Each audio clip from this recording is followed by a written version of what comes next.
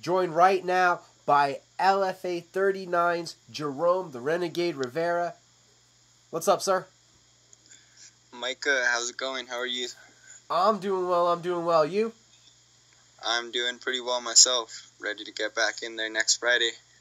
Man, it's been another layoff. This is like 10 months since we've seen you in action. It's another layoff. You kind of like to do this. What was in your mind following LFA 14?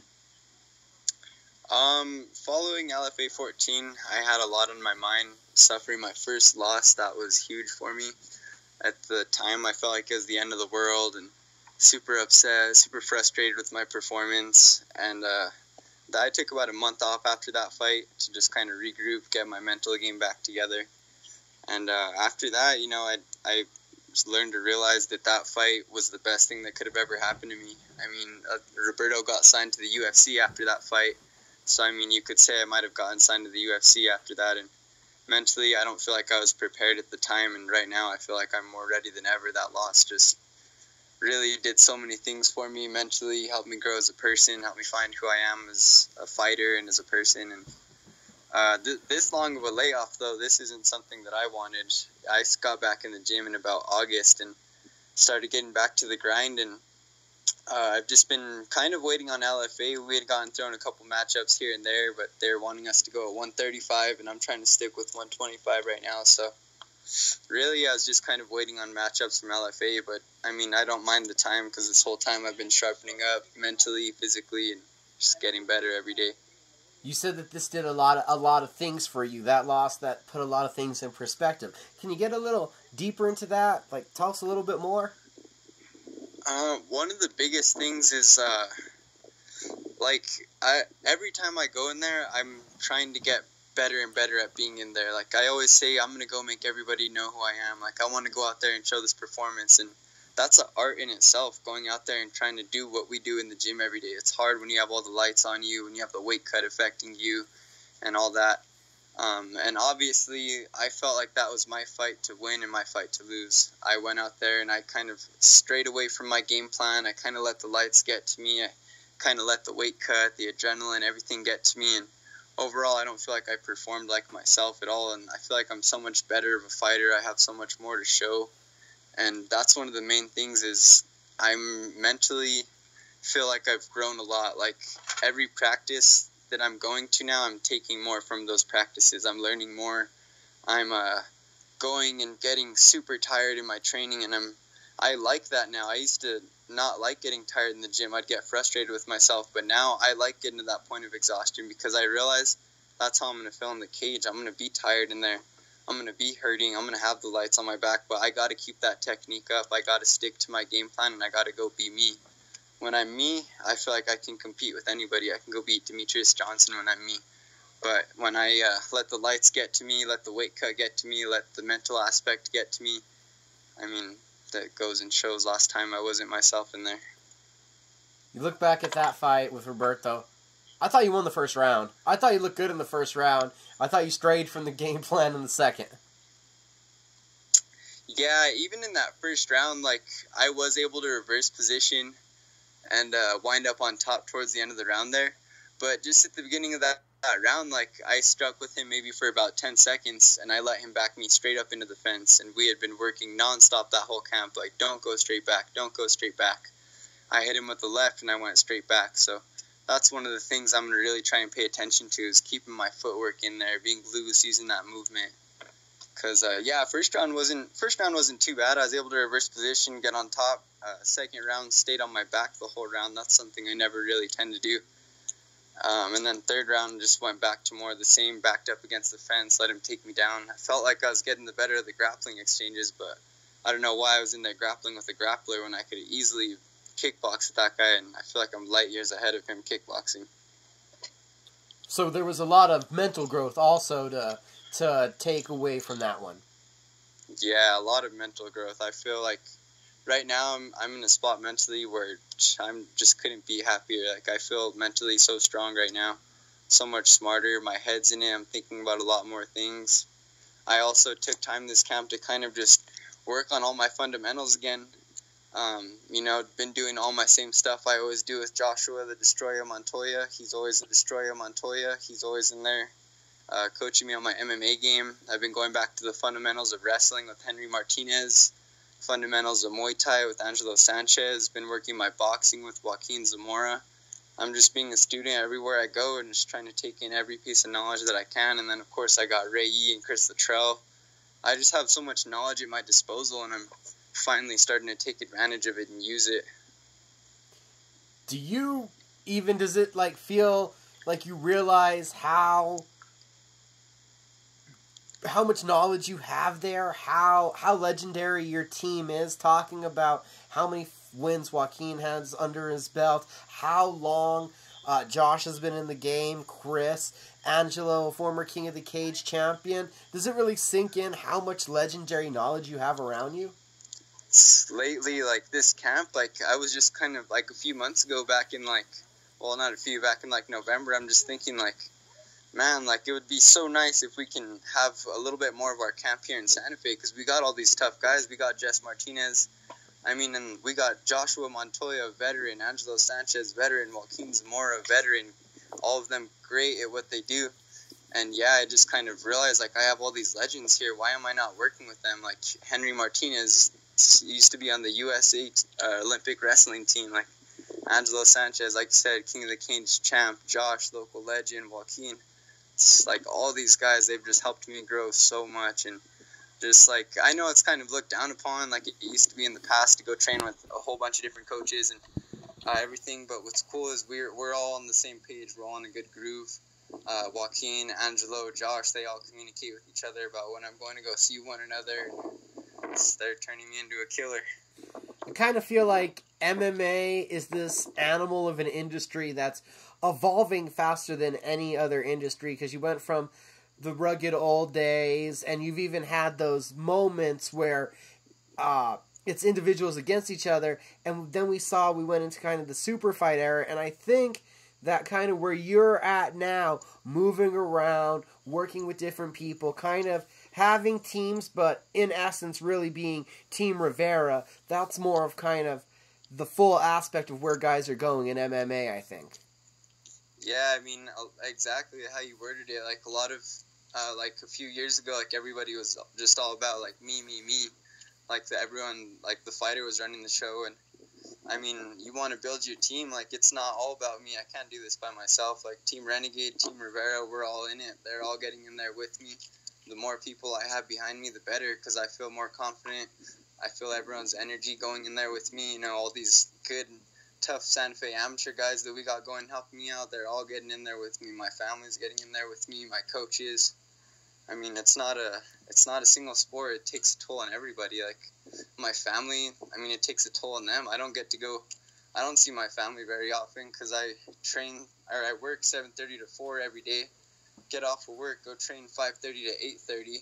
In the mornings before I go to work, I'm training 5:15 a.m. to 7 a.m. Like it takes a toll on everybody. Like especially my girlfriend. Like me and my girlfriend, we're doing really well. We are expecting a baby in September.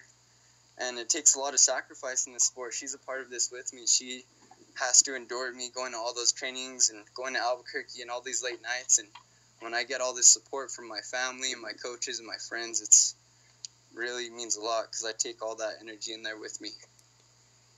You've recently changed up professions. I heard that you're now entrepreneur for electrical. Yes, I'm now an electrical apprentice. It's been awesome. So now transitioning into that field, away from working in, you were like at 3 different gyms last time I talked to you. I'm teaching a class here, I'm teaching a class there. Has this in essence made things easier because you're not, I don't think, doing as much consistent traveling? Yeah, that's one thing is I was, after that Roberto fight, I moved back to Santa Fe, and it was getting a little bit hard bouncing around at all 3 different UFC gyms. I love all the coaches there. I love the owners, Reese and Noel, super amazing people. But yeah, I was getting a little bit hard on the commute, and then also I was in the gym 24/7, like whether it was coaching, training, it was getting a little bit tiring mentally. And I had been telling my manager, like, I felt like I wanted to go to school kind of and start working on a degree, but with my training schedule and how busy I am, it's kind of hard. And at the time, he was working with the city of Santa Fe, and he's like, well, why don't you learn a trade? That way you could still, you're still learning, you're still working. And he introduced me to my boss that I'm with now, Gerald Lopez, really kind guy, really amazing guy to learn from, super smart. The way things click in his head is crazy, and I'm learning from him. My other boss, Steve Burnsworth, they're helping me out a ton, and I mean, it's awesome. I like working this type of work also, like this trade work, because I don't really get a break. Like, yeah, I go work, go train 5:15 a.m. to 7 a.m., then I go to work, and all day long, like, I can't be standing around watching these guys work. Like, I got to go bust my ass still, so I'm getting a good workout in at work. I'm still constantly using my brain all day, and it's definitely something that I like a lot. Heading into LFA 39, give us some thoughts here on the matchup. Brandon Royval, saw him also last time we were up there in Colorado for LFA. What do you think about the matchup? It's a awesome matchup. I think me and Brandon make for a really exciting fight. I think Brandon's a little bit lankier than some of the guys I've fought in the past. He's seems like an emotional fighter. He likes to kind of scrap, like go a little bit balls to the wall. I'm never going to shy away from a brawl, shy away from a scrap. I'm going to work my technique, but I think he's an awesome person to get in there with and put on an entertaining fight. I feel like he's tough, he's exciting to watch, but I feel like in every aspect I can beat Brandon. What kind of a fight are you expecting? I'm expecting him to try and take it to me, keep a fast pace. He has pretty tricky striking, likes to work off of his back a lot. I think that'll be his downfall if he wants to play that against me. If he wants to go to his back, that's my bread and butter. I'll stay and ground and pound him until I get the finish. But what I would like to do is, like I said, I want to go out there and just try and perfect being out there in the cage and performing. I want to go show everybody who I am and what I'm capable of, everything I've been training, go show people that I'm not just a grappler or I'm not just a wrestler. Like, I want to go show everyone that trains with me, they know I have all these tools, and I never go show them. I think it's time to go show some boxing that I've been working with Joaquin, go show my clinch work, go show my kicks. I just want to go and be a complete fighter and show everyone that I'm not putting in all this work for nothing. With the 10-month layoff, does it feel like you're reintroducing yourself then to the MMA community? I feel like I'm definitely, that 10 months took me off the scene for a little bit. I feel like I had momentum going into that title fight. And after that, if I would have gotten a fight right away, I feel like I had a lot of momentum. But yeah, I feel like I'm kind of off the radar right now. And I'm ready to bring myself back in and let everybody say, damn, who's that new flyweight? And then once again, flyweight is still the main focus. Yeah, flyweight's still the main focus. This camp, I think last time when I was telling you, for that last fight, I didn't even have a house. I was commuting between Santa Fe and Albuquerque, staying with my grandparents and my brother in Albuquerque, and then I'd go to Santa Fe and stay with my girlfriend. When you're, traveling so much and commuting, it's hard to cook for yourself every day and keep good food in the fridge and everything. I didn't even have a fridge to keep food in last time, so this camp, me and my girlfriend, we have a house together. I've been cooking for us every night. Now that she's pregnant, it works out great because I want her to eat healthy for the baby, and we've both been on each other, eating really good, and my weight is not going to be an issue at all. I'm lighter than I've ever been. So feeling good still then, committed to the flyweight? Yeah, still committed to flyweight. One day I'm sure I'm going to fight at 135 too. I'm open to both. I don't want to shy away from any fights, but yeah, flyweight's the weight class that I'm looking to make some statements in right now. How big is it to you that your mentor, Josh Montoya, he's coming back to action? We're going to see him in the main event of Jackson Wink Fight Night 3, June 2nd. Super awesome. It reminds me kind of like when I first started training MMA. I didn't know anything, and Josh was getting ready for fights, and I used to always see him training by himself, and he'd be like, I need a partner, let's spar. It just kind of brings me back to those days of me and Josh just going and scrapping, and seeing how motivated he is motivates me. Right when he found out about that fight, the next day, me and him were there training at 5 in the morning, and he's there grinding. he's there pushing me, he's there working hard, so it means a lot to see him in camp, working hard, doing what he loves again. One more time, we said it, you're reintroducing yourself to the MMA community a little bit. How do you want to make that reintroduction? I want everybody in Vail, Colorado, everybody that tunes into Access TV that night, everyone that knows who I am, I want them really to remember me. Like, I'm going to go make a statement that night. I'm going to go and outstrike this guy. I'm going to go out-wrestle this guy. I'm going to go beat him at his own game, jiu-jitsu, if that's what it comes to. But I know I put in so much work, so much sacrifice, blood, sweat, and tears, literally. That's a necessity on the weekly. And I'm ready to go show what I've put in all this hard work for. I'm going for the finish. That's how I want to make my statement. I want everybody watching to be like, damn, this guy's freaking should be in the UFC already. Like, damn, this guy might beat Demetrius one day. This might be the next guy. That's the kind of statement I want to make. LFA 39, next Friday. That's May 4th. Vail, Colorado. The Dobson Arena. Jerome Rivera, thank you for the time, sir. Thank you, Micah. Hey, if I could just say thank you real quick to a couple sponsors. My boss, GDL Electric, for helping me.